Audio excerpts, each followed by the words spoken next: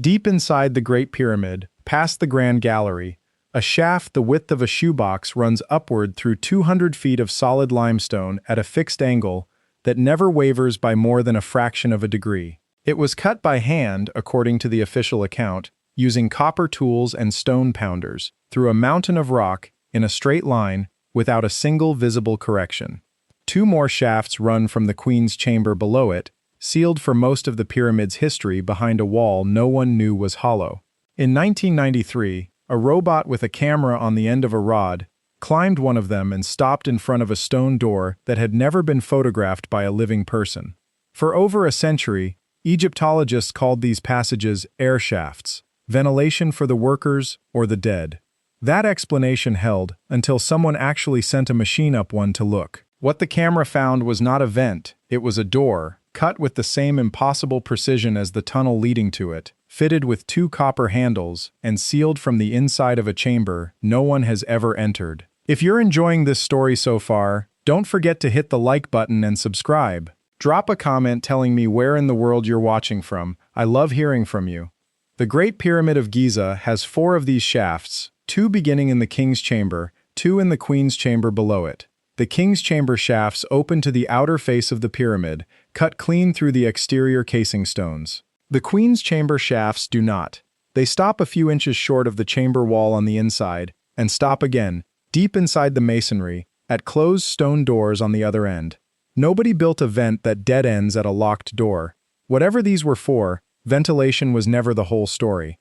The southern shaft of the King's Chamber runs at a slope of about 45 degrees over a distance of roughly 230 feet, cut through core masonry that shifts in density and grain as it climbs.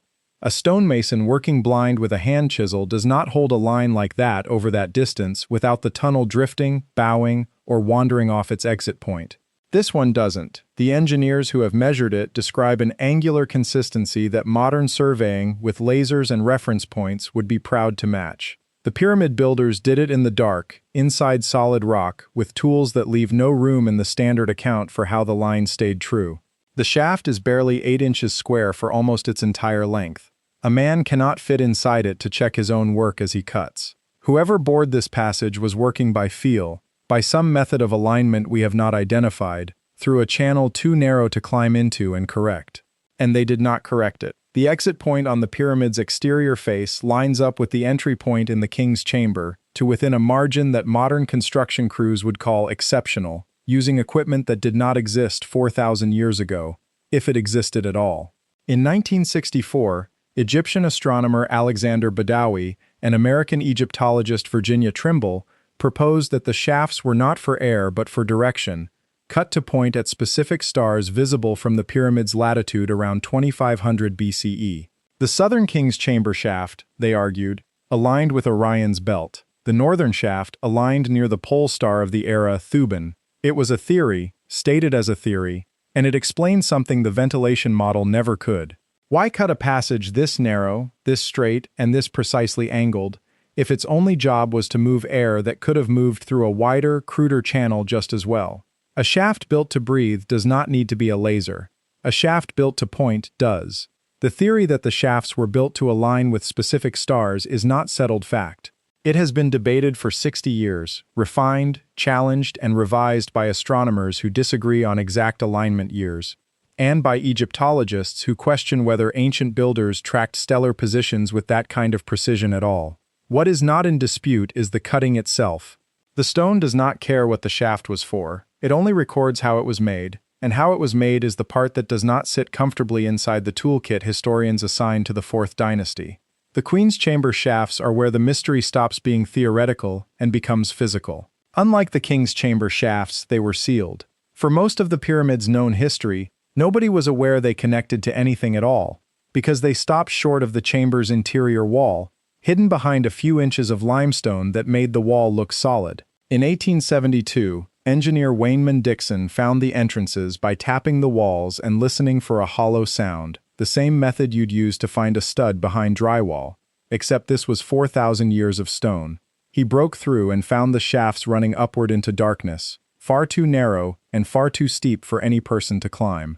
For over a century after that, nobody knew what was at the other end. The shafts were too tight for a human body, and too dangerous to blast open without risking the structure above them. It took a robot to finally go where a person couldn't. If you're hooked on this story, make sure to subscribe and turn on notifications so you never miss an upload. Your support means everything and helps me bring you more emotional stories like this one. In 1993, German engineer Rudolf Gantenbrink built a small robotic crawler, designed originally to help ventilate the shafts for a documentary crew, and sent it up the southern Queen's Chamber shaft with a camera mounted on the front. The robot climbed for roughly 200 feet, following the same narrow, precisely cut channel that runs through the rest of the pyramid, and then it stopped. In front of it was a slab of stone, fitted into the shaft like a door, with two copper fittings set into its face like handles, or like the remains of a fastening mechanism whose original purpose is not fully understood. The footage went out to the world within days. A door, sealed shut, at the end of a shaft too narrow for a person to crawl through, inside a monument that was supposed to have already given up every one of its secrets. Nobody had built this into the models. Nobody had a name for a structural feature that made no sense as ventilation, and had never appeared in any translation, any tomb painting, any administrative record describing the pyramid's construction. The door sat there, photographed and undisturbed, for almost a decade, because getting past it meant drilling into one of the most fragile ancient structures on Earth, and nobody wanted to be the one who cracked the wrong stone. In 2002, a National Geographic expedition sent a new robot up the same shaft, this one equipped to drill a small hole through the door itself and feed a fiber optic camera through the opening. Live television audiences watched as the drill went through the first slab, and on the other side, instead of an open chamber, there was another slab of stone, set back a short distance, blocking the passage a second time. Behind the first sealed door was a second sealed door. Whatever this shaft was built to lead to, the builders did not intend for it to be reached casually, or perhaps at all. The stone had answered one question and opened a deeper one. This was not a shaft that dead-ended by accident, the way an abandoned or unfinished passage might.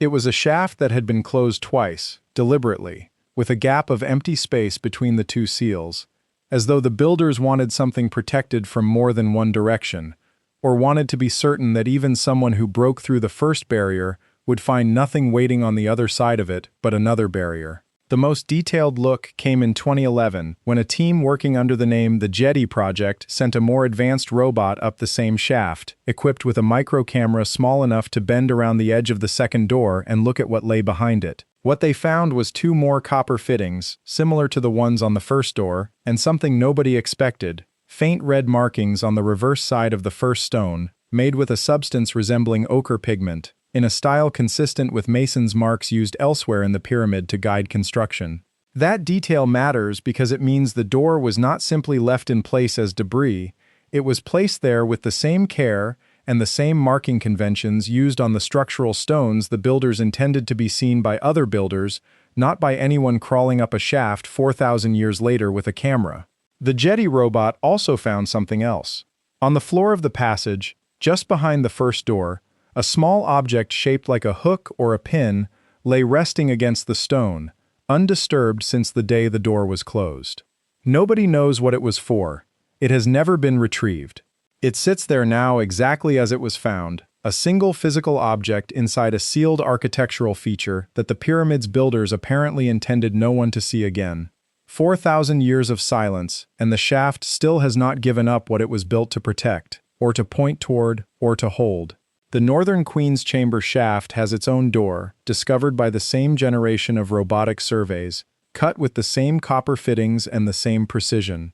Neither northern door has been drilled through. Both remain sealed as of the most recent published surveys, leaving two of the four shafts in the Great Pyramid ending, as far as anyone alive today knows, in stone that has not been passed since the day it was set in place. What makes this stranger than a simple unopened room is the engineering discipline visible in every inch of the passage leading to it.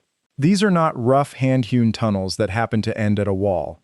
They are among the most precisely bored features in the entire monument, holding a straight line and a fixed angle across hundreds of feet of stone, built to standards that modern surveyors still find remarkable when they run a laser through them today. A civilization capable of that kind of directional accuracy, working with hand tools inside solid rock, chose to spend that precision on a passage that leads to a locked door, behind which sits another locked door, behind which sits an artifact that has never been removed. The theory that ties it together, the one Bauval and later researchers built on Badawi and Trimble's original stellar alignment work, is that the shafts were never meant to be walked. They were meant to be aimed. A path for something intangible, in the language of the era's funerary texts, a channel for the king's spirit to travel toward a specific point in the sky, rather than a corridor for a living person to climb. Under that reading, the doors are not obstacles to be solved. They are thresholds, built to be crossed by something other than a body, sealed against anything that was never meant to attempt the same journey. That is the theory. It is not proof. The texts that describe the sky as a destination for the dead are real, carved into pyramid walls elsewhere at Saqqara in what scholars call the pyramid texts, and they do speak of ascension along a path toward specific stars. Whether that language explains these 4 physical shafts, cut with an accuracy the theory requires, and the doors seem to confirm, is still argued over by the people who study it for a living. What isn't argued over is that the shafts exist, that they were bored with a precision nobody has fully explained, that 2 of the 4 end in doors that have never been opened, and that a small object still rests on the floor behind one of them, waiting.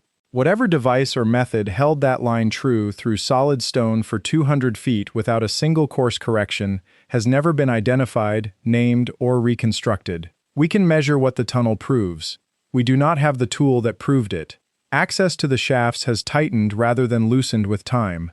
Further robotic exploration has required approval from Egypt's antiquities authorities, and proposals to drill deeper or remove the object behind the first door have moved slowly, weighed against the risk of damaging one of the last unaltered interior features of a 4,500-year-old monument. That caution is reasonable on its own terms. It also means the 2 northern doors, and whatever sits directly behind the drilled southern one, remain exactly as they were the day the builders set the last stone in place. The shaft is still there, running true through the dark at a fixed angle no chisel should have been able to hold. The first door is still drilled, the object on the floor behind it still unmoved. The second door is still shut, and the 2 shafts on the northern side of the pyramid have not been opened at all. Whatever this passage was built to reach, whether a star, a spirit, or something the builders never wrote down for us to find, it is still sitting on the other side of stone nobody has been able to pass. In 2017, a team of physicists pointed a particle detector at the Great Pyramid and found something that was not supposed to be there. Not a shaft, not a chamber anyone had mapped. A cavity, at least 150 feet long, sitting directly above the Grand Gallery, invisible to every survey ever conducted inside the monument, and it had been sitting there, empty and silent, for 4,500 years. The tool that found it doesn't drill, doesn't dig, and doesn't touch the stone at all. It reads muons, tiny particles created when cosmic rays slam into the atmosphere and rain down on everything below, including the desert outside Cairo. Muons pass through solid rock the way light passes through glass, but not perfectly. Denser material stops more of them. Empty space lets more through. Place detector plates inside and beneath the pyramid count the muons arriving from every angle for months at a time, and a picture starts to form, not of what's there, but of what isn't. If you're enjoying this story so far, don't forget to hit the like button and subscribe. Drop a comment telling me where in the world you're watching from. I love hearing from you. The project was called ScanPyramids, a collaboration between Japanese, French, and Egyptian researchers who had no intention of breaking new stone. They wanted to see through the old stone instead. Detector plates went into the Queen's chamber, onto the pyramid's exterior, anywhere the geometry allowed a clean read on the particles raining through the core. For over a year, they counted. The first anomaly showed up in the data behind the north face, a smaller void near the known entrance corridor, something researchers had half expected given older, cruder scans from the 1980s. The second anomaly was the one nobody predicted. Above the Grand Gallery, in a region of the pyramid that had never shown up on any blueprint, any tomb record, or any prior scan, the muon count spiked. Something up there was letting far too many particles through. Something up there was empty. 3 separate detector technologies, run by 3 separate teams working independently, all returned the same result. A void, oriented roughly parallel to the Grand Gallery beneath it. large enough to swallow a passenger jet's fuselage, sitting inside 4,500 years of solid limestone with no known entrance, no known function, and no known name in any surviving text describing the pyramid's construction. Researchers have floated ideas since the announcement. Some think it's a construction gap, a void left by workers to relieve structural stress on the grand gallery below it, the same logic behind the relieving chambers stacked above the king's chamber. Others think it could be a second gallery, built on the same scale and the same axis as the one below, sealed off before the pyramid was finished, and never referenced in any surviving record because whatever it held, or was meant to hold, made it into a feature nobody was supposed to talk about. Neither idea has been confirmed. Muon imaging can tell you a space is empty. It cannot tell you why someone built it, or what, if anything, they put inside before closing it off for good. If you're hooked on this story, make sure to subscribe and turn on notifications so you never miss an upload. Your support means everything and helps me bring you more emotional stories like this one. What makes the void harder to dismiss is the scale of it. This isn't a hairline crack in the masonry or a pocket of loose rubble. It is a defined geometric cavity, roughly the length of a football field, positioned with enough precision relative to the grand gallery that a construction accident feels like an unsatisfying explanation. Whoever left that space empty knew exactly where it was, exactly how large it was, and left no trace of why. No drill has gone in. No camera has looked inside. The void has been confirmed by physics, not by sight, and for now that is where the discovery stops. A hollow shape sitting inside solid stone, mapped in particle counts instead of photographs, waiting on a monument that keeps finding new ways to remind everyone how little of it has actually been seen. Thank you so much for watching until the end. If you loved this story, check out the other videos on your screen now. I think you'll really enjoy them. And don't forget to subscribe if you haven't already. See you in the next story. Thank you so much for watching until the end. If you loved this story, check out the other videos on your screen now. I think you'll really enjoy them. And don't forget to subscribe if you haven't already. See you in the next story.